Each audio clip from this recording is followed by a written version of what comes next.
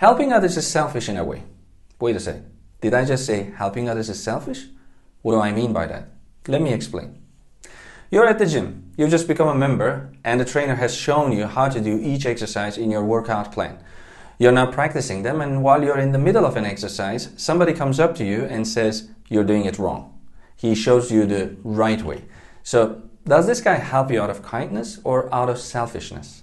Let's think of another example. You're sitting with a friend at a cafe, trying to describe to her how to get to a certain place. You're speaking English, but you can't explain it very well. Then a guy at the next table jumps into the conversation and explains to your friend how to reach that part of the city. Is this really being helpful, or does this stranger have another agenda? Helping people when they ask for it is nice, but doing so without their request is rude. When you're speaking English, if someone corrects your mistakes without being asked, it is rude.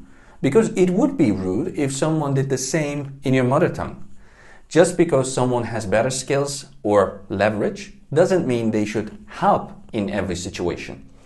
As a matter of fact, when people show off their skills without being asked, it's often to prove they have leverage. They want to give the message, I'm better than you. Because if that help were only out of kindness, why would they do a favor for someone they don't even know? We all carry this notion in our unconscious mind, but in social situations, we might forget or overlook it. Because of this, we unconsciously compare ourselves with others all the time, especially in the areas where we lack confidence. When it comes to speaking English, most of us don't feel secure. Why? Because we fear that people will notice our mistakes when we speak. We expose ourselves, and since we always compare our weak points with others, our performance drops. We hesitate, we make more mistakes, and then it becomes a vicious cycle. So what is my suggestion? Stop comparing yourself with others. No, wait, that's a cliche. And besides, you already know you shouldn't compare yourself with others, yet you still do. My real suggestion is face the fact and act confident. What do I mean? Let me explain again.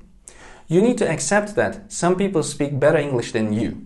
Spot them and ask yourself, what is the significance of this person speaking better than me? Why do I feel bad about this? If you keep asking yourself these questions, you'll find some answers soon. Write them down. To do this, learn to scan your feelings and thoughts. For example, one day you're with someone you believe speaks better English. You start talking and he corrects a mistake you made. You feel bad.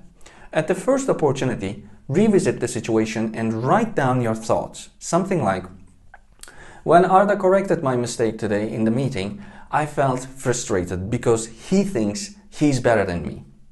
Simple as that. This will help you face the fact.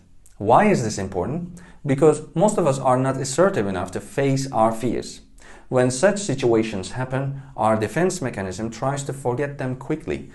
But leaving them unresolved only makes the fear grow stronger over time. We need to face it. Later, maybe a week or a month after facing it, start asking, why? Why do I feel this way? What exactly makes me frustrated? Why am I so angry with Arda for correcting me? The answers are difficult, but if you keep asking, you'll find them.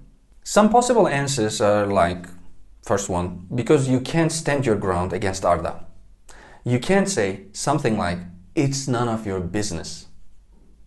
Maybe. Second possibility is because you're angry with yourself for not studying English enough.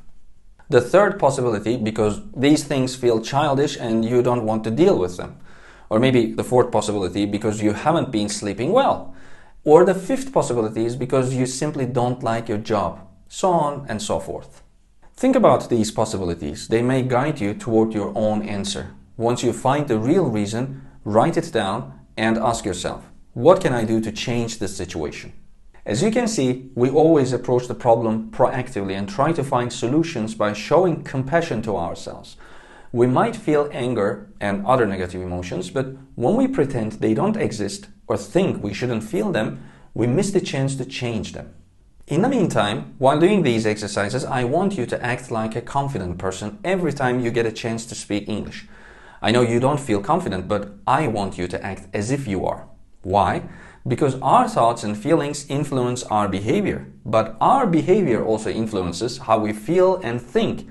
If you're curious about this idea, watch Amy Cuddy's TED Talk, Your Body Language Shapes Who You Are. The main idea is simple. If we act like a certain kind of person long enough, we eventually become that person.